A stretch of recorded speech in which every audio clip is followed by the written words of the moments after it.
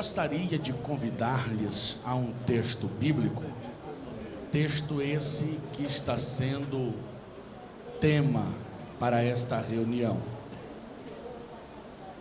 Evangelho segundo São Lucas, capítulo de número 1, versículo de número 37. Enquanto os amados procuram o texto, eu agradeço ao irmão Lourival, que me contactou para estarmos convosco, cooperando, para trazer-lhes a palavra de Deus esta noite. Lucas, capítulo de número 1, versículo de número 37. Há algumas semanas ele falou-me do tema e eu fiquei pensando em uma reflexão apropriada que se embasasse enfaticamente no tema ou no texto que daria tema ao culto. E eu vou refletir um pouco com vocês exatamente no texto que ele me passou, Lucas, no primeiro capítulo e no 37º versículo, que diz exatamente assim: porque para Deus nada é impossível. Amém? Vamos ler juntos em alto e bom som? Porque para Deus nada é impossível. Mais uma vez. Porque para Deus nada é impossível. Só as irmãs, vamos lá? Porque para Deus nada é impossível. Só os irmãos. Porque para Deus nada é impossível.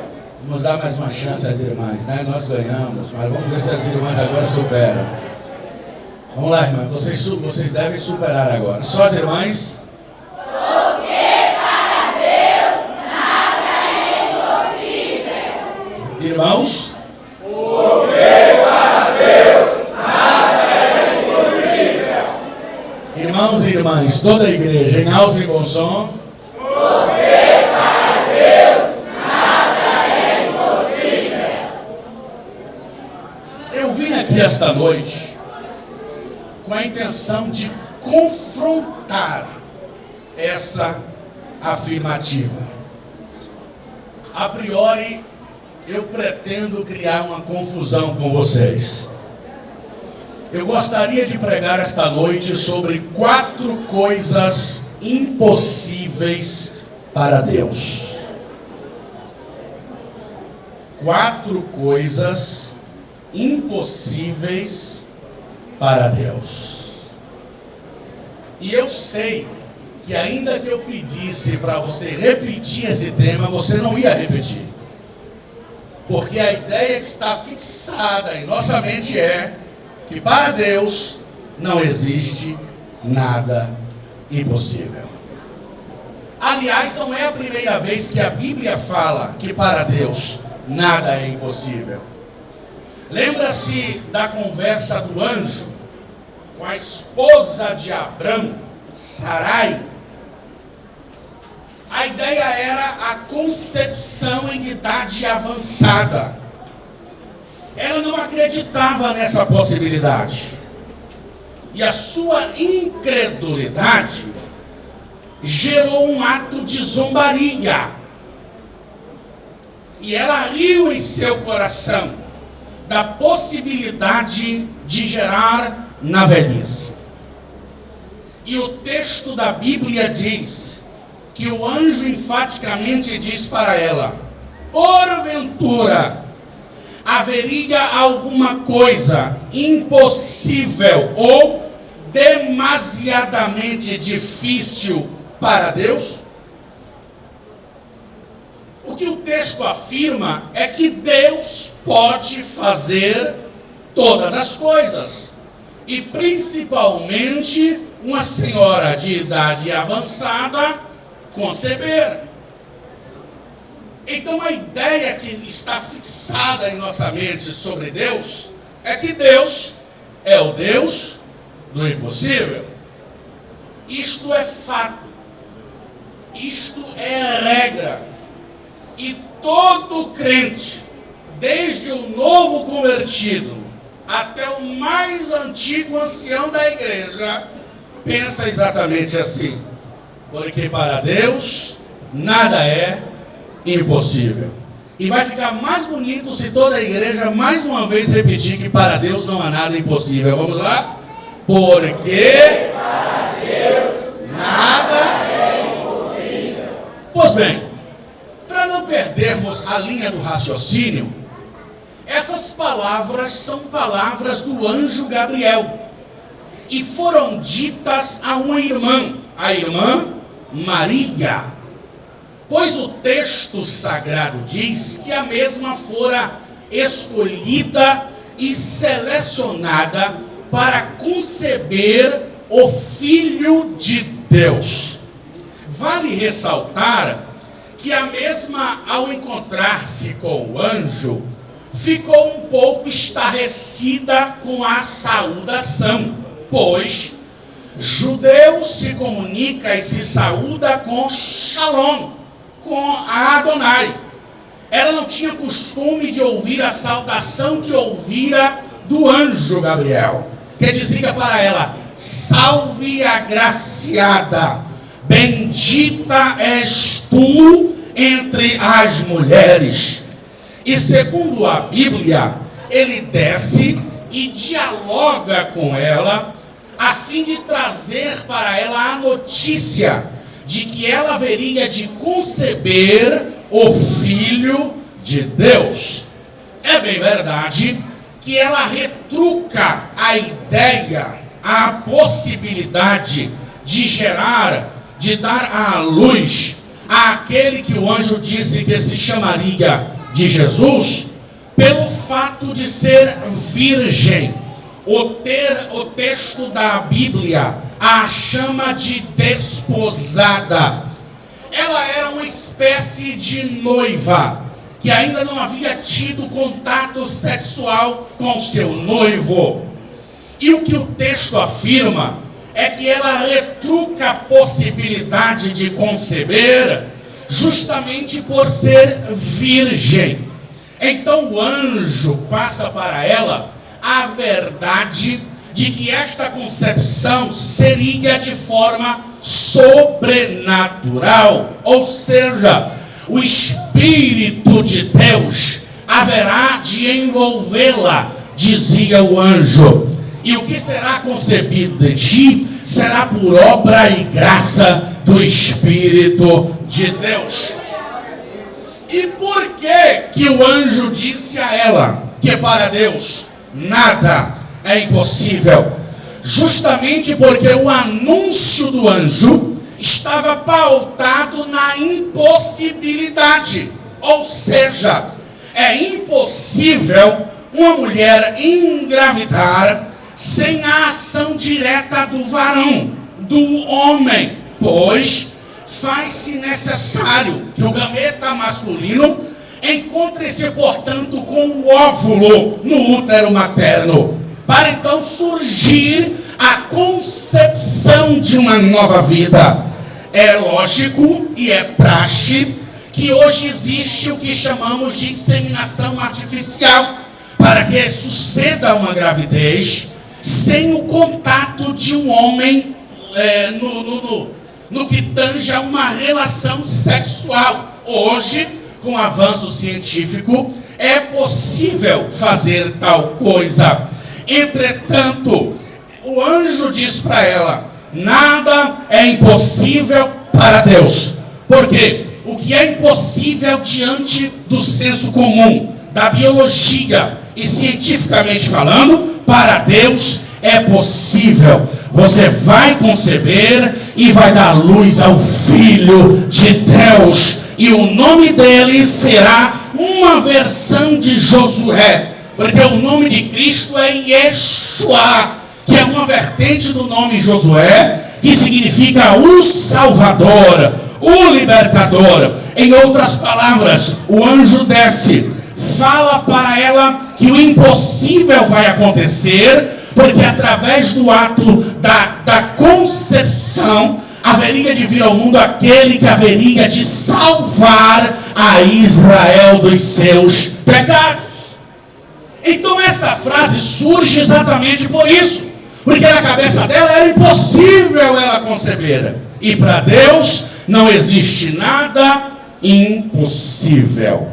Por gentileza, diz para a pessoa que está ao seu lado: para Deus nada é impossível.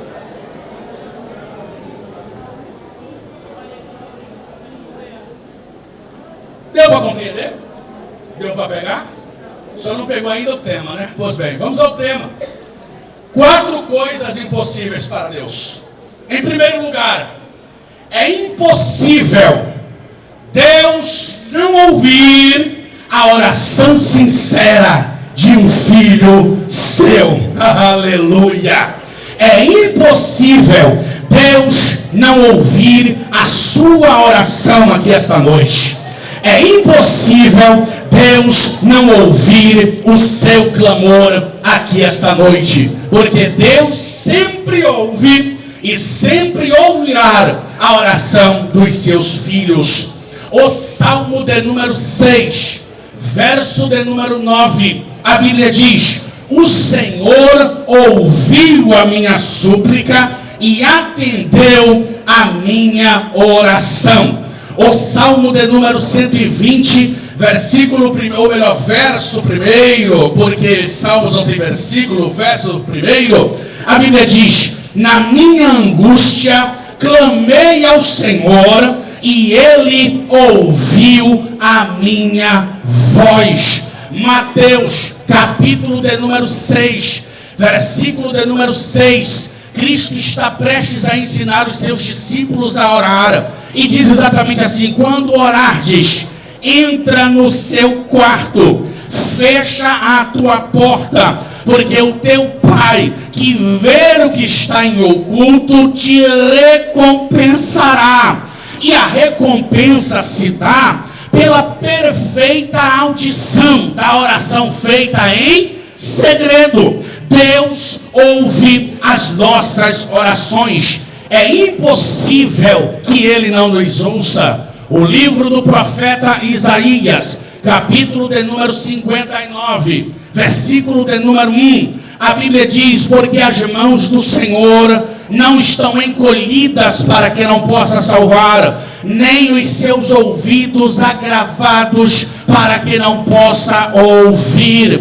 Deus ouve as nossas orações. É impossível que Ele não nos ouça. A Bíblia diz no livro do profeta Isaías, capítulo de número 38, versículo de número 5, a Bíblia diz no início do texto que Isaías anuncia a morte do rei Ezequias, ao passo que este, ao ouvir a sentença de morte, se humilha na presença do Senhor Deus. E Deus, antes que o profeta saísse do palácio, Deus ordena que retorne e diga exatamente o que está no versículo de número 5, do capítulo 38 do profeta Isaías: assim diz o Senhor, vi as tuas lágrimas e ouvi as tuas orações.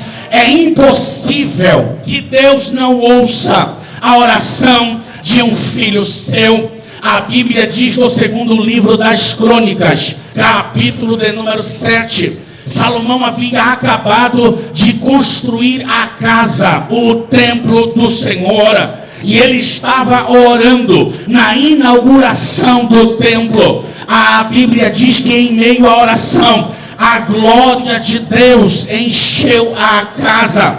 Foi vista o que se chama de Shekinah, a glória visível de Deus. Os sacerdotes, por sua vez, caíram com o rosto em terra, ninguém conseguia entrar, ninguém conseguia sair. E a Bíblia diz no capítulo de número 7, versículo de número 11, que Deus desceu e começou a conversar com Salomão. E Deus disse assim: eu ouvi a sua oração, escolhi este lugar para sacrifício. E Deus prossegue dizendo a Salomão da seguinte maneira: se eu cerrar os céus, e se não houver chuva, e se houver gafanhotos, e se eu mandar a peste sobre a terra, e no meio dessa calamidade o meu povo, que se chama pelo meu nome, orar, se humilhar, se converter dos seus maus caminhos, buscar a minha face. O versículo 14 e 15, a Bíblia diz: eu ouvirei dos altos céus, descerei à terra, perdoarei os seus pecados. E o versículo 15, a Bíblia diz assim, ó: e agora estarão abertos os meus olhos e os meus ouvidos a oração que se faz neste lugar. Se você acredita que é impossível Deus não te ouvir, levante a sua mão direita, por favor. Essa mão direita que você levantou, desça no ombro da pessoa que está do seu lado e diga assim, ó: é impossível Deus não te escutar essa noite, é impossível Deus não te ouvir esta noite, é impossível Ele não ouvir esta noite. Quem pode adorar? Quem pode adorar? Quem pode adorar?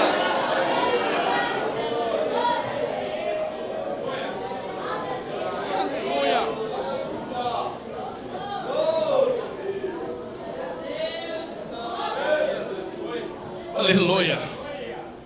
Primeiro, é impossível que Deus não ouça.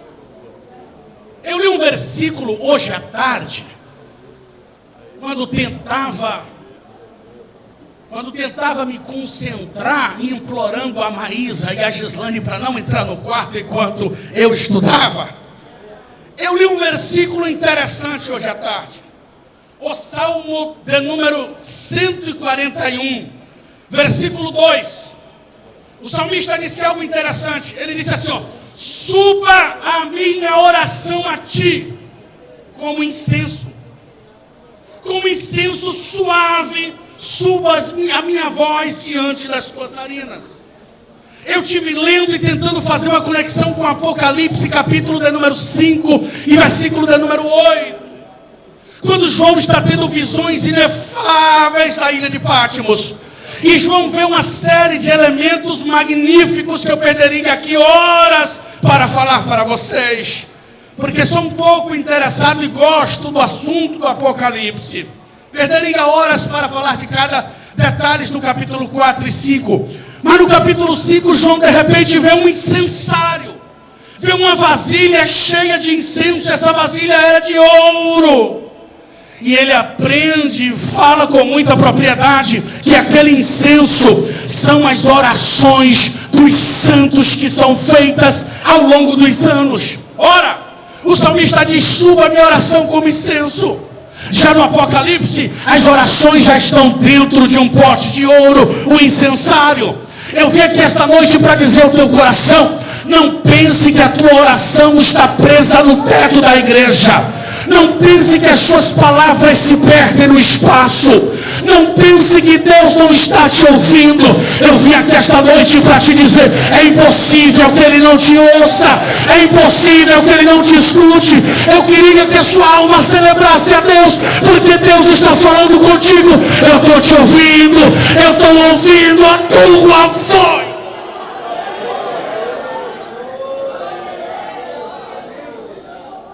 Pastor Álvaro, pastor, já que ele está me ouvindo, cadê a resposta?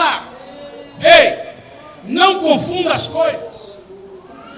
O fato da resposta não ter chegado não quer dizer que ele não ouviu. Você perdeu de dar um glória a Deus, porque a resposta não chegou, mas Deus já ouviu. Lembra de Daniel capítulo 9? Deus ouviu a oração no primeiro dia, mas a resposta chegou 21 dias depois. Levante a sua mão direita, por gentileza. Ou melhor, levante as duas mãos. Levante as suas duas mãos. Levante as suas duas mãos. Dê essa mão no ombro da pessoa que está na sua esquerda e na sua direita. Na sua esquerda e na sua direita.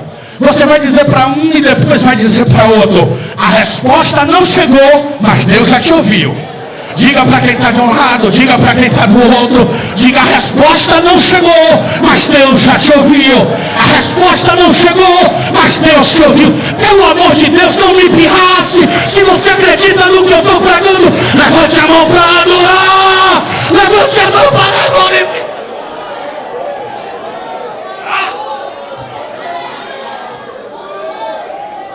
Só que eu ia pregar heresia, eu fiz a lição de casa, eu vim aqui para profetizar. Deus está te ouvindo, rapaz. Deus está te ouvindo, rapaz. A vitória vai chegar. Descansa.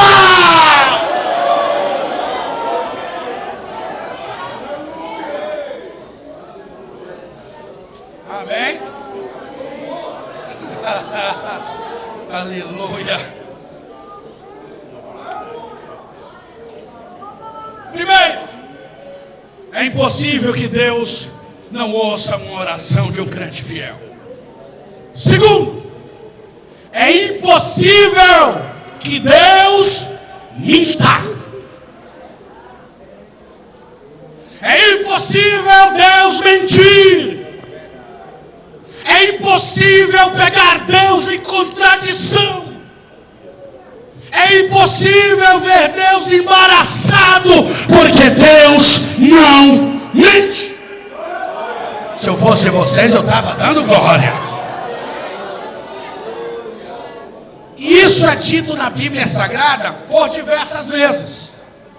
Na carta aos Hebreus, capítulo de número 6, versículo 18, a Bíblia está falando aos herdeiros da promessa.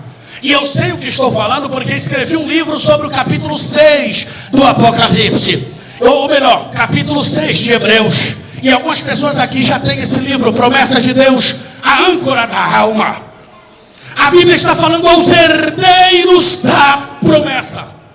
E a esses herdeiros da promessa, Deus se reporta a eles com juramento. Por quê? Porque existe duas coisas imutáveis. Aí o texto diz: nas quais é impossível que Deus minta. Lá em Números, capítulo de número 23, versículo 19, a Bíblia diz assim, ó: Deus não é homem para quê? Diga para a pessoa do seu lado: Deus não mente. Seu marido pode mentir, irmão. Sua esposa pode mentir, irmão. Sua filha pode mentir. Seu filho pode mentir. Seu noivo, sua noiva pode mentir. Seu namoradinho, sua namoradinha pode mentir. Seu amigo pode mentir. Mas Deus não mente. É impossível Deus mentir. E por que o senhor está falando isso, pastor Álvaro Gramacho? Justamente para te mostrar que no dia que Deus te fez aquela promessa e falou contigo, Ele não estava mentindo. Se Ele falou, é porque Ele tem a intenção de fazer. Diga para a pessoa do seu lado assim: poxa, eu gosto de interagir. Eu gosto de interagir. Porque você participa comigo, você interage comigo e você absorve mais, tá bom? Então diz para a pessoa do seu lado: Deus não mentiu para você quando te fez aquela promessa. Aquilo que Deus te falou não foi mentira. Deus não estava te iludindo. Deus não estava fazendo joguinho de palavras para conquistar a sua atenção. A Bíblia diz: retenhamos a confissão da nossa esperança, porque fiel é o que prometeu. Ei, descanse o seu coração nas promessas de Deus. Deus não mentiu para você. Se a promessa não aconteceu ainda, é porque você precisa esperar mais um pouco. Acredite na promessa, tome posse da promessa, confia na promessa, abrace a promessa, se pendura na promessa, toma posse da promessa. Deus não mentiu para você. Deus não mentiu para você.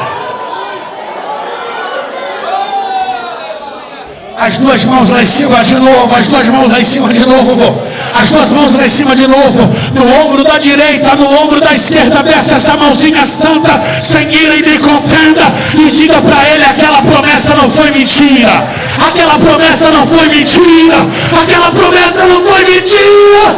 Adore a Deus quem acredita, adore a Deus quem toma posse.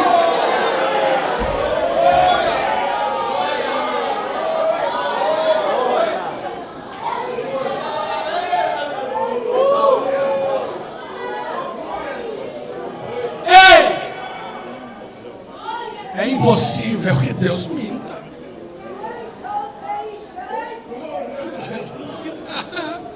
Quem pode levantar a mão para adorar a Deus por 30 segundos? Eu senti de abrir esse parêntese agora. Você que tem uma promessa de Deus, levante a sua mão direita. Eu profetizo a esperança das promessas de Deus sobre a sua vida. Levante a sua mão direita e passe 30 segundos adorando a Deus. Eu vim aqui esta noite como profeta de Deus e ministro do Evangelho de Jesus Cristo, dizer ao seu coração que essa promessa não é mentira, essa promessa não é mentirosa, a promessa é verdadeira. Receba o renovo, o refrigério da promessa. Aleluia.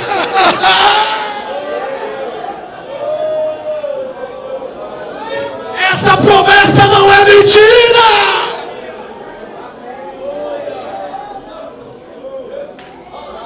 Quando Deus falou que ia salvar teu marido, irmão, Deus não mentiu, Ele vai. Quando Deus falou que ia tirar teus filhos das drogas, Ele não mentiu. Se Ele falou, Ele vai. Diga mais uma vez para a pessoa do seu lado: aquela promessa não é mentira. Diga: é impossível Deus mentir. É impossível Deus mentir. É impossível Deus mentir. Quem pode adorá-lo? Quem pode bendizê-lo? Quem pode celebrar?